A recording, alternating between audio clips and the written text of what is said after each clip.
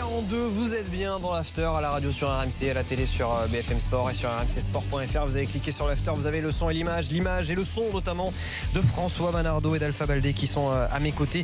Ce soir, tiens, je vous donne ce résultat à la mi-temps pour l'instant si vous nous rejoignez. Monaco est mené 2-0 en match amical face au Sporting Portugal. Naples qui est mené sur son terrain par le Chievo 1-0. Cet après-midi, Chelsea a battu, vous avez pu le suivre sur SFR Sport, a battu Arsenal en amical 3-0. Également victoire de Liverpool face à Leicester, on en parlait il y a un instant, 2-1. Et puis pour ce qui concerne les matchs 100% français, Toulouse qui est allé faire match nul, 1 but partout face à Montpellier. À 21h43 dans l'after, c'est la vie tranchée de François Manardo. Moi pour ma part, je ne sais pas si j'ai été plus circoncis, plus clair, et on se disait, est-ce qu'il peut y avoir un grain dans le sable? Et voilà, c'est ma question.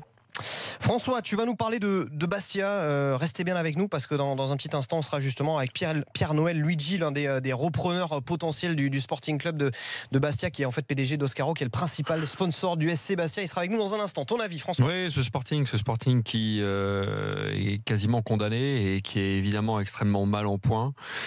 Je ne vais pas dire qu'on avait vu le coup venir, on se doutait que c'était compliqué depuis pas mal de temps pour le Sporting parce que la lutte en Ligue 1 est de plus en plus difficile, surtout sur le plan économique, mais bon là avec cette rétrogradation administrative et sans doute la perte du statut professionnel pour le Sporting, c'est un coup extrêmement dur porté à ce club qui l'année prochaine fêtera un anniversaire extraordinaire, puisqu'on faut rappeler qu'on parle d'un des rares clubs français qui atteint une finale de Coupe d'Europe, en l'état la Coupe UEFA en 78, avec une génération, les Papi, Orlanducci, Crimo, Rep, Larios, bref.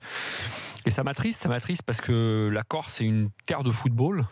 C'est une grande terre de football. Pensez Gazélec, la CA, le CA Bastia aussi, le Sporting, sur une population pas très dense et entre guillemets, pour pas les vexer, mes amis corses, un petit territoire français et pourtant qui a fourni de bons joueurs et puis des clubs comme ça professionnels. Sporting Club de Bastia, c'est le seul club en Corse qui a des titres dans le football professionnel français. Je ferai l'économie de titres de Division 2 ou de Ligue 2 dont j'ai pas ici la mémoire. Alors, il va falloir beaucoup de temps pour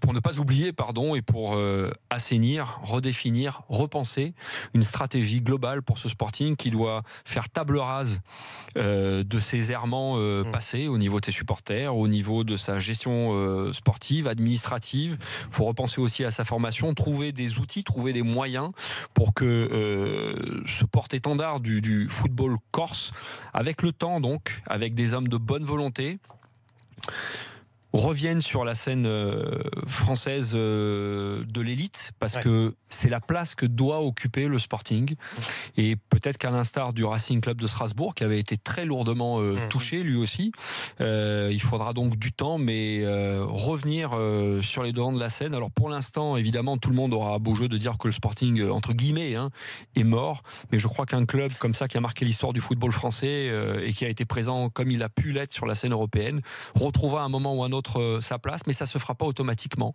Donc j'en appelle à tous les hommes de bonne volonté et qui aiment le Sporting, et Dieu sait s'il y en a dans toute la Corse, à ce qu'ils se mettent autour d'une table et que doucement mais sûrement ils puissent rebâtir la gloire du Sporting et qu'il retrouve sa place dans l'élite. Voilà, Bastia rétrogradé sportivement, juste pour le rappeler, en Ligue 2, en terminant 20e de la dernière saison de Ligue 1. Ça, c'était au mois de mai. En juin, la DNCG a décidé de le rétrograder d'un échelon supplémentaire, confirmé en appel au mois de juillet. Le CNOSF qui également a rendu un avis consultatif sur la question, qui a confirmé cet avis de la DNCG. On est avec Pierre-Noël Luigi, justement, le PDG d'Oscaro. C'est le principal sponsor de Bastia, et lui, c'est un des repreneurs potentiels, pourquoi pas, du Sporting Club de Bastia. Bonsoir Pierre-Noël Luigi. Oui, bonsoir, merci de m'inviter. Et merci d'être avec nous. Alors expliquez-nous justement un petit peu où ça en est. Vous voulez déposer un projet de reprise avec 9 autres personnes pour reprendre le SC Bastia et proposer de le maintenir en Ligue 2. Oui, c'est tout à fait cela. Merci beaucoup pour vos mots très encourageants et pour dire que le Sporting fait partie et à sa place dans l'élite française. Je vous remercie beaucoup, ça nous va droit au cœur. Je le pense sincèrement, c'est pas de la flagornerie. Merci beaucoup encore. Écoutez, nous, dans l'urgence, nous avons réuni une dizaine d'entrepreneurs de la région bastiaise, mais de grands entrepreneurs, des gens qui ont une surface régionale en Corse, et pour moi-même qui a une surface plus grande encore, puisque Oscaro n'est pas une entreprise corse, il est dirigé par un Corse évidemment. Mais nous avons rassemblé 5 millions d'euros très rapidement. Nous avons validé un projet sportif et un projet de gestion très ambitieux. Et nous souhaitons le présenter, ce projet de reprise, à la Ligue. La Ligue, aujourd'hui, elle a le droit de nous repêcher, de nous laisser en Ligue 2, puisqu'on peut jouer à 21. Elle en a le droit, elle en a le pouvoir. Donc tout est entre ses mains. Alors quelques mots sur la situation financière du Sporting. Il y a 20 millions de dettes, dont 10 millions de dettes publiques, vous savez, URSAF, etc. Et 10 millions d'autres dettes. Nous amenons 5 millions tout de suite. Les dettes publiques seront étalées sur quelque chose comme 3 ans. Et nous avons un projet extrêmement solide sur le plan financier qui permet de faire renaître le Sporting tout de suite pour le laisser en Ligue 2 le temps qu'il faudra pour continuer à payer ses dettes, continuer à honorer les dettes publiques et aussi faire renaître l'espoir avec une équipe dirigeante qui est complètement renouvelée. Les actionnaires d'aujourd'hui nous vendent, entre guillemets, le Sporting pour 1 euro symbolique. Oui. Et ce sont de nouvelles forces qui arrivent. Donc il y a beaucoup d'espoir. Tous ces espoirs sont entre les mains de la fédération aujourd'hui. Si j'ai bien compris, Pierre-Noël Luigi, vous, ce que vous dites, en gros, pour le SC Bastia, c'est la Ligue 2 ou c'est la mort du club, quoi? Oui, c'est la Ligue 2, la mort du club, parce que en national, on ne pourra pas, avec les droits télé, avec les entrées stades, etc., on ne pourra pas repayer les dettes. C'est strictement impossible. Donc, il y a quelques semaines, le club était en Ligue 1. Demain, il est potentiellement complètement mort pour plusieurs années. Donc, aujourd'hui, on a un vrai projet avec des entrepreneurs privés qui amènent de l'argent. On ne demande pas 1 euro d'argent public, on demande seulement à être autorisé à amener cet argent au club pour le sauver, le maintenir en Ligue 2 tout de suite et faire ce qu'il faudra dans les années à venir pour que Bastia reste, je dirais, dans le championnat, quelque part, et dans le paysage, tout simplement, du football français. Je pense que le football français a besoin de diversité, de dynamisme.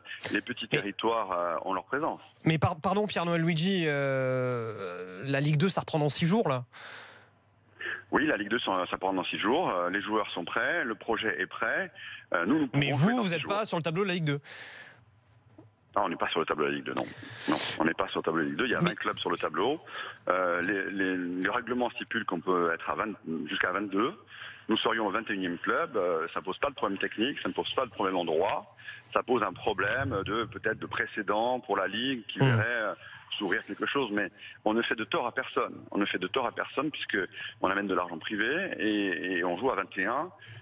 Beaucoup de dirigeants de la Ligue 2 seront d'accord pour ne pas laisser disparaître complètement le Sporting. Parce que vraiment, si on est en Ligue 2, le Sporting est mort. Monsieur Luigi, vous avez cité la fédération à la fin de votre première intervention. Concrètement, qu'est-ce que vous attendez de la 3F? Un sursis? Autre chose? La 3F a refusé de recevoir notre projet pour l'instant. Donc aujourd'hui, nous attendons de la 3F qu'elle nous reçoive, qu'elle étudie notre projet et qu'elle nous dise ce que nous, professionnels et entrepreneurs, nous savons. Vous voulez être reçu par qui à la 3F, pour être un peu plus concret? Écoutez, je crois que le président est le mieux placé, ou le COMEX. Noël Le Graët, en l'occurrence. Vous voulez présenter, d'accord, le projet de reprise auprès du COMEX, et évidemment, dans le COMEX, il y a le président. Le COMEX, juste pour expliquer à nos auditeurs, comité exécutif, en fait, c'est la gouvernance de la Fédération française de football. C'est le comité exécutif de la 3F. Voilà, qui a le droit de nous accepter en Ligue 2, qui en a le pouvoir, et qui, au moment où je parle, ne veut pas le faire. Alpha a une question pour vous, Alpha Baldé. Oui, bonsoir Monsieur Luigi. À vous écouter, c'est un petit peu dommage pour les supporters bastiais. On a l'impression que vous jouez un petit peu sur les sentiments et que c'est un petit peu une procédure tardive au fait. Est-ce que vous ne pensez pas que vous venez tout simplement en étant patron d'Oscaro qui est donc au quotidien avec ce club-là? Est-ce que vous ne pensez pas que vous venez un peu tard puisque vous étiez quand même un petit peu au courant des affaires financières de ce club-là? Et est-ce que venir à 21 maintenant, est-ce que c'est pas un peu tard en fait? En gros, c'est ça la question. Écoutez, sur le plan du droit et sur le plan du pouvoir de la fédération, ce n'est pas trop tard. Sur le plan du réel, nous arrivons tard parce que les dirigeants sont passés très tard devant la DNCG et les dirigeants qui vont se retirer n'étaient pas prêts encore à laisser la place, ils n'ont pas pris la mesure du problème.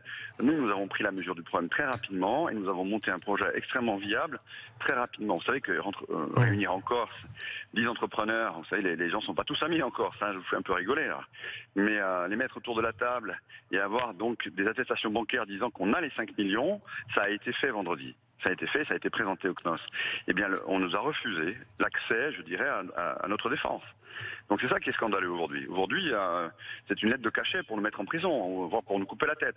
Donc ce sont des pratiques qui, pour nous, ne sont pas recevables dans le réel. Elles sont pourtant, le droit est avec nous. Vous payez le club paye peut-être une réputation, s'il y a eu beaucoup de débordements avec les supporters, beaucoup d'affaires avec les supporters. On pense à la réception de Lyon, on pense à l'affaire de Reims. Ouais. Notamment, vous payez ça, le club paye ça? Alors, nous sommes les repreneurs, on veut bien reprendre le club de Bastia et on sait très bien qu'avec une nouvelle gestion, on n'aura plus ces incidents. Ces incidents, ces débordements, c'est la passion du football, c'est la passion des supporters qui étaient au courant de la mauvaise gestion dont les dirigeants ne se rendaient pas forcément compte. Vous savez, ça tourne les têtes, le sport, hein, il y a beaucoup de passion. Donc aujourd'hui, on arrive certainement tard, mais avec un vrai projet. Pourquoi couper la tête à Bastia? Parce qu'il arrive un petit peu en retard. Donc c'est quand même, la sanction est complètement disproportionnée. Il s'agit, il y a une centaine de salariés qui sont en cause. Si on prend le problème d'actualité à GMS, le gouvernement a mis 5 millions, Peugeot et Renault se sont fait tirer l'oreille. Ils ne sont pas mes amis, vous le savez, avec Oscaro, pour mettre 5 millions. Nous, on ne demande rien à nos gouvernements, on ne demande rien à personne. On amène nos 5 millions et on amènera plus tard encore, si c'est nécessaire. On est une dizaine d'entrepreneurs très sérieux avec une surface financière importante, tous passionnés par le sporting, avec je dirais, l'assentiment de la population et des salariés. Ce projet est extrêmement sérieux, il faut le recevoir. Merci beaucoup Pierre-Noël Luigi d'avoir été dans l'after sur BFM Sport.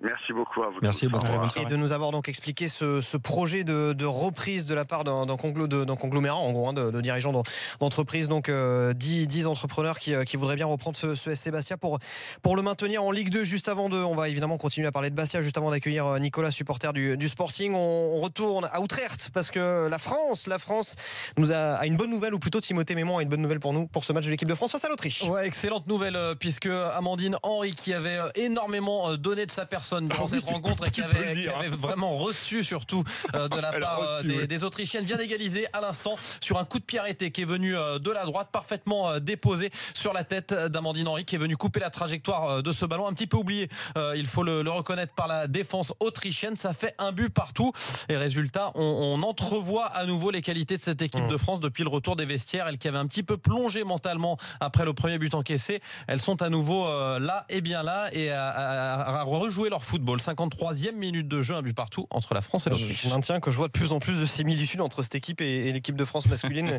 qui a été en finale de l'Euro. Mais maintenez monsieur Souk. Allez, on retourne parler de Bastia. On a Nicolas, supporter du Sporting, qui a fait le 32-16. Salut Nicolas. Bonsoir à tous. Bonsoir Nicolas. T'as entendu ce qu'il a dit, Pierre-Noël Luigi? Oui, j'ai entendu. Je ne touche pas du sérieux du projet, surtout que connaissant les repreneurs, c'est des gens, enfin des entrepreneurs, je dirais, qui connaissent les affaires, qui connaissent le monde de l'entreprise. Après, c'est vrai que ça vient très tard. Je pense que les dirigeants actuels sont lourdement responsables et auraient dû se rendre compte que l'institution Sporting était plus forte qu'eux et qu'il fallait peut-être lâcher l'affaire dès la fin de la saison dernière. Mais moi, quand je me le souvenir de Strasbourg, qui avait eu les mêmes soucis il y a quelques années, je me souviens pas que le Comex ait fait une fleur en disant c'est bon, on repêche. Strasbourg a fini en National 3 de l'époque. Moi, je ne suis pas du tout confiant. Là, j'ai très peur. C'est vraiment ils jettent leurs dernières armes dans la bataille et c'est tout à fait louable, mais je suis pas confiant du tout. Je crois que malheureusement, tous les gens de la jeune génération ne verront pas vraiment un match de foot pro en Haute-Corse. Et je trouve ça dommage. Bien, merci beaucoup Nicolas, supporter du Sporting, de nous avoir donné ton avis. Évidemment, la décision, l'évolution du dossier, on l'aura le plus rapidement possible. On rappelle que le championnat de France de Ligue 2 reprend dans 6 jours. Bastia et donc ce conglomérat de repreneurs potentiels qui voudraient le voir évoluer en Ligue 2, mais la DNCG, on a décidé autrement. Pour l'instant, ça sera le national, le 3e échelon, le national 1 pour cette équipe du Sporting Club de Bastia. Restez bien avec nous, dans un instant l'after continue. On va parler de Neymar, du Paris Saint-Germain et de toutes ces possibilités autour d'un transfert à 220 millions d'euros. Est-ce bien raisonnable tout ça? Je vous poserai la question, on la posera à un économiste du foot. À tout de suite.